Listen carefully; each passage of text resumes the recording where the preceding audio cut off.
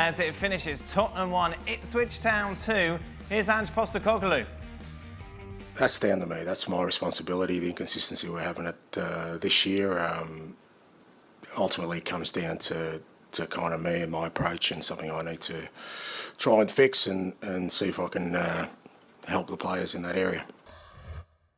Ange Postecoglou talking about consistency, Craig. We saw... Well, they are consistent. Well, consistently inconsistent. Yeah, exactly. They were brilliant against Villa last weekend. That second half performance. Beat City. And you thought, wow, you know, this is Spurs back on track. They were so shoddy, particularly in the first half today. How do you explain that difference? I don't know, and I don't think he knows, the manager. And I think that's a problem, and it's certainly a problem for the supporters who are haranguing him now, shouting at him when he was leaving his technical area at the end, and he's sort of barking back at one or two in the crowd. So there's a frustration at Tottenham.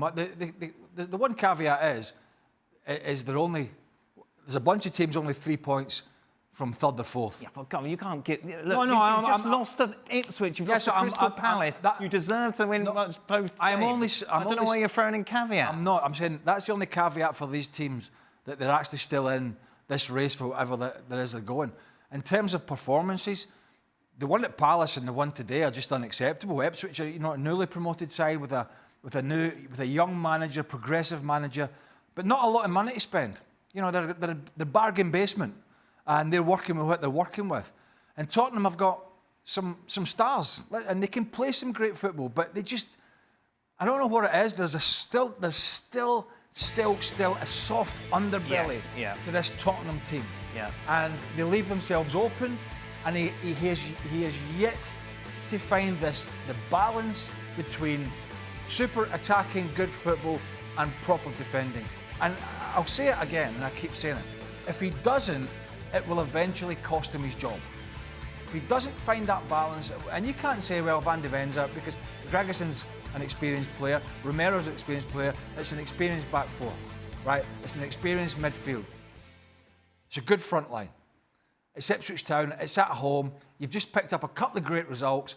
All right, you lost against Galatasaray, but you beat Man City, you hammered Villa in the second half, and then you put a performance like that in. I think that is what's frustrating the Tottenham fans, that they can't put 5, 6 and 7 really good performances together and shoehorn themselves right in amongst that top 3 or 4. It's 2 or 3 good games, and then 1 or 2 stinkers. And not just bad games, stinkers.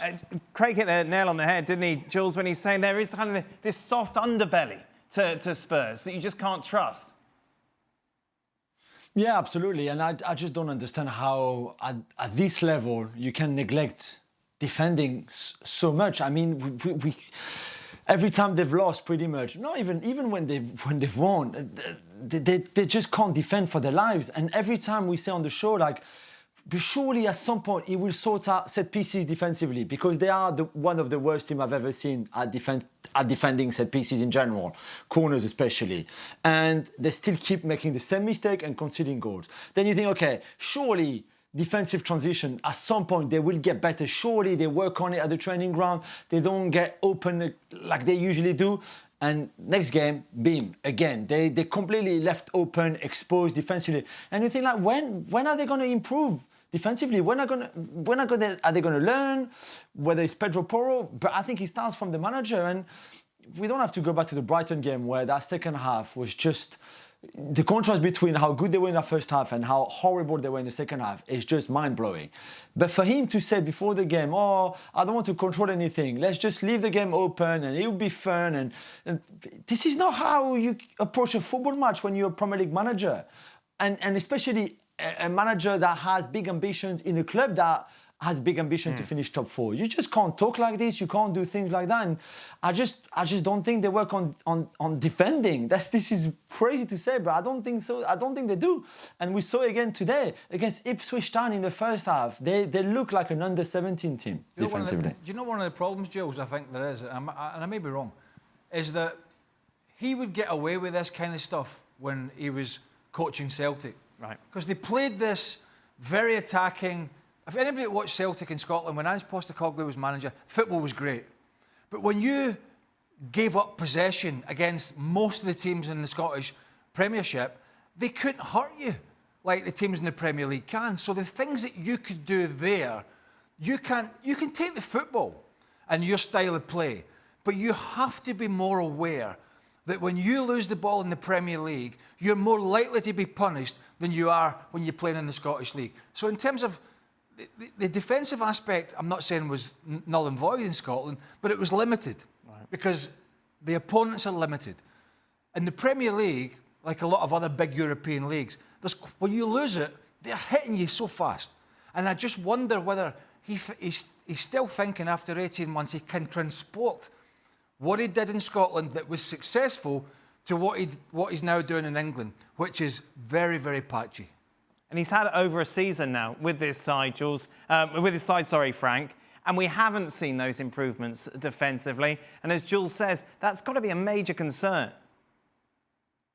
It is a major concern, and I think Postecoglou is showing his limits. As Craig explained very well what he was capable of doing with Celtic and hid from his football is showed today in the Premier League. He's not somebody who knows most about how to defend well and how to prepare his player to defend well. He knows, and he does, and he did very well with Spurs at first when we saw them attacking and they were, oh, amazing, another Spurs team. But again, you have to find the right balance, and he's not capable of doing it. He has shown it for 18 months. Offensively, that's good. Defensively, that's very poor. And that's quite appalling to see, because we all agree that he's a great coach. We love his enthusiasm, but football is not only about attacking. It's also about defending. So if you're not capable of changing that, you're going to be fired. One of the best teams in England at the moment, Liverpool, slightly changed the structure in terms of the way they play from Jurgen Klopp, but also the way they defend. 6 goals, I think they've conceded. And it was great under Klopp, and they had success. But quite often, the 2 centre-halves would be left because the 2 full-backs would go forward. Robertson and Trent Alexander.